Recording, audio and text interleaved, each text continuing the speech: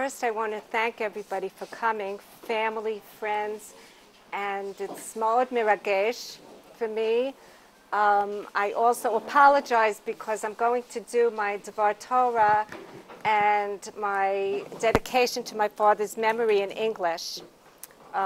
So I hope that you'll understand, and if not, we'll have somebody translate for you.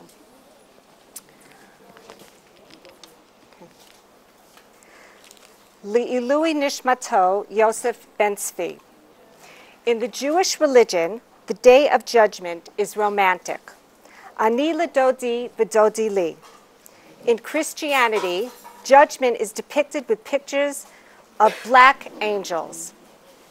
But in Judaism, Elul is a battle of love. Our judgment is based on our ability to use our love in the most efficient way. How does the verdict of life or death impact on our lives? What does love have to do with death? Rabbanit Yamima Mizrahi was invited to speak at a kaitana, a summer camp, for 30 young women, widows, whose husbands were burned in the Carmel forest fire. This is what she had to say about these widows. They sat there so sad. They were broken in complete despair. Each Rosh Hashanah, we have to ask Slicha from Hashem. They wanted to hear a Slicha. 10 babies were born since this tragedy after the death of their Abbas. They asked, why did such a horrible thing happen to us? The Rabbanit asked, do you know what your horrible pain is? You have so much love, but you have no one to give it to. You want to cook the best food to eat that he loved so much, but he is not here anymore. You want to greet him with a smile, but he never comes home anymore. You want to hug, you want to speak to him, but you can't.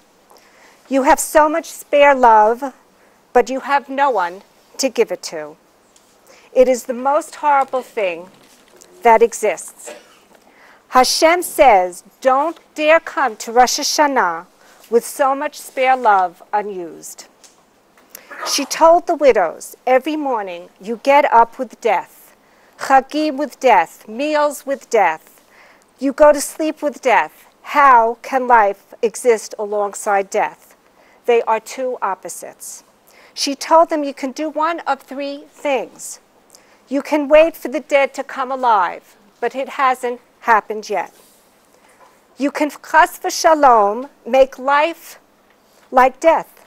You could say, I continue, I function, but my heart is dead. Nothing good is going to happen to me anymore. You have a third option. You could take the reserves of love and spend it on those near and dear to you. Death is horrible, but love is as strong as death. Take the leftover capacity to love, to comfort yourself. Love more, change your mazal. Help someone. Elul is the battle of life. My father lived through one of the darkest periods in Jewish history. Following Kristallnacht, at the age of 16, he fled to Germany with two of his brothers to the shores of Holland. In 1939, joined by his parents and youngest brother, he came to the shores of New York City, thanks to the sponsor who paid the family's way. During his first years in the U.S., he enlisted in the U.S. Army and was trained to fight the Japanese in the South Pacific. Not yet a naturalized citizen, he received citizenship during his overseas training. He had not yet mastered the English language. My father's humor and gleeful smile is brought to light in the story entitled My Army Days in his book, The Alster Files. Every morning at 5, the bugle sounded for roll call. We all ran out, falling over each other in a rush to get in line.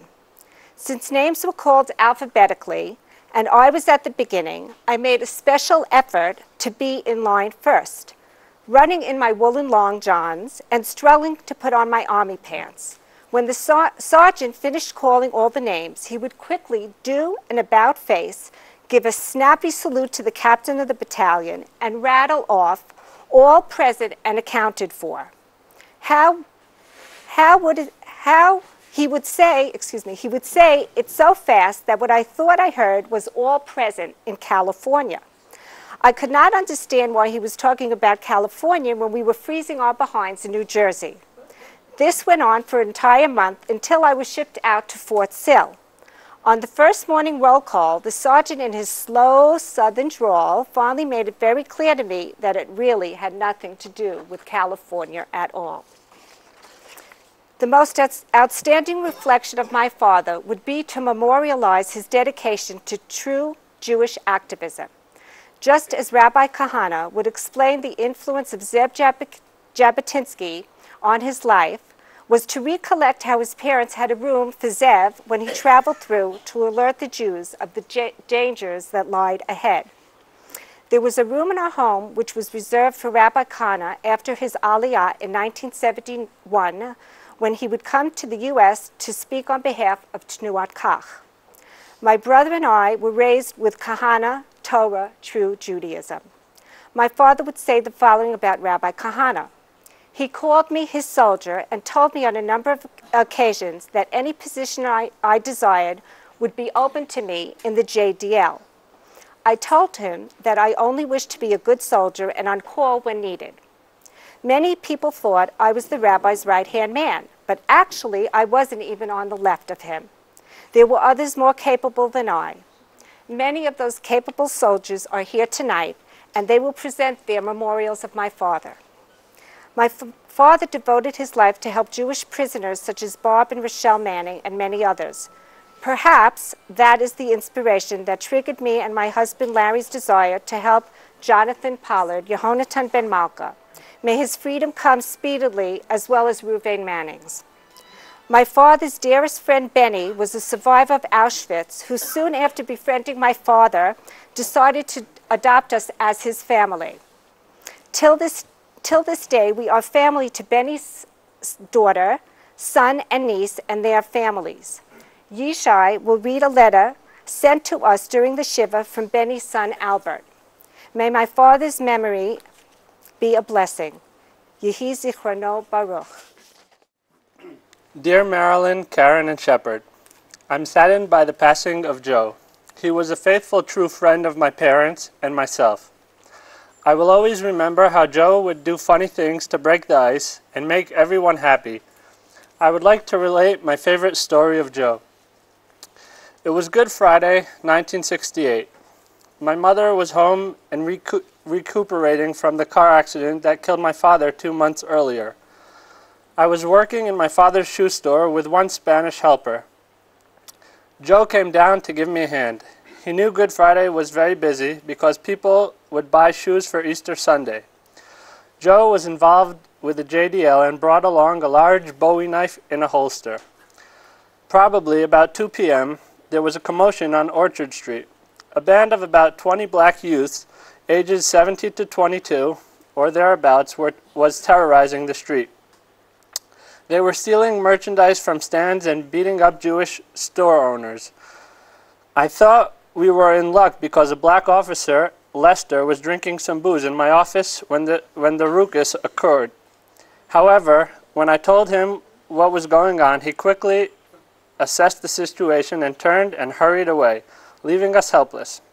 Just then, Joe ran into the store and grabbed the Bowie knife from under the cash register and went out to confront the mob. Regrettably, or luckily, the knife fell out of the holster on his way out. Across the street, one hoodlum was sitting on Mr. Cirillo, a 65-year-old man who owned a leather coat store. He did not stop the mob from stealing his wares, but they decided to beat him anyway. He was bleeding profusely. Joe kicked the youth who was beating the Jewish storekeeper. Suddenly, the mob surrounded Joe. He tried kicking them, but they routinely grabbed his foot and pushed him away. This persisted for several minutes until the mob grew tired of Joe. They left and ran towards the train station a block away. Joe's actions saved Mr. Cirillo and many other storekeepers from being beaten. Despite being called by many people, the police did not arrive on the scene for more than an hour. Lester never again came back to drink in the store. This vignette typifies Joe's existence. He was a friend of every Jew, and he was not intimidated by the odds, because he was in the right. Your loss is felt by all who knew Joe Alster. Sincerely, Al Zucker. Another letter written by Rabbi Harold Romersky, which was a friend of my grandparents. He writes, Dear Marilyn and family, we enjoyed coming to Delray Beach during the winter months because we met both of you and became very friendly. Joe was my chaver in davening in shul. Before I entered the Beis Midrash, I could tell by the special twirl of his voice and nusach that it was Joe who was davening. He loved to daven, and we enjoyed listening to him. I love Joe because of his religious leanings and his special unique passion toward Israel. Witness his activity and involvement with the prisoners of conscience and other Israeli affairs which were very personal and dear to him. I love Joe for his honesty and integrity, with his respectful involvement in the Kach movement and respect for Rabbi Kahana who led the movement. I love Joe for his sensitivity to the human nature. I love Joe for his appreciation of the world around him and his ability to capture the beauty of nature and people with his many vignettists of life as expressed clearly in his books. I love Joe for the love of music and appreciation of Chazanut. I admired and loved Joe as he exemplified his love for you, which became a model to all who got to know him. I love Joe, the family man, who became extremely alive in talking about your grandchildren and great-grandchildren. I loved and appreciated his sharp sense of humor. Truthfully, I love Joe because he was a real mensch. Marilyn, not having any brothers and only 2 sisters, I loved Joe because we felt for each other as brothers. Be strong, Marilyn and family. You are in our thoughts. Sincerely, Rabbi and Blanche.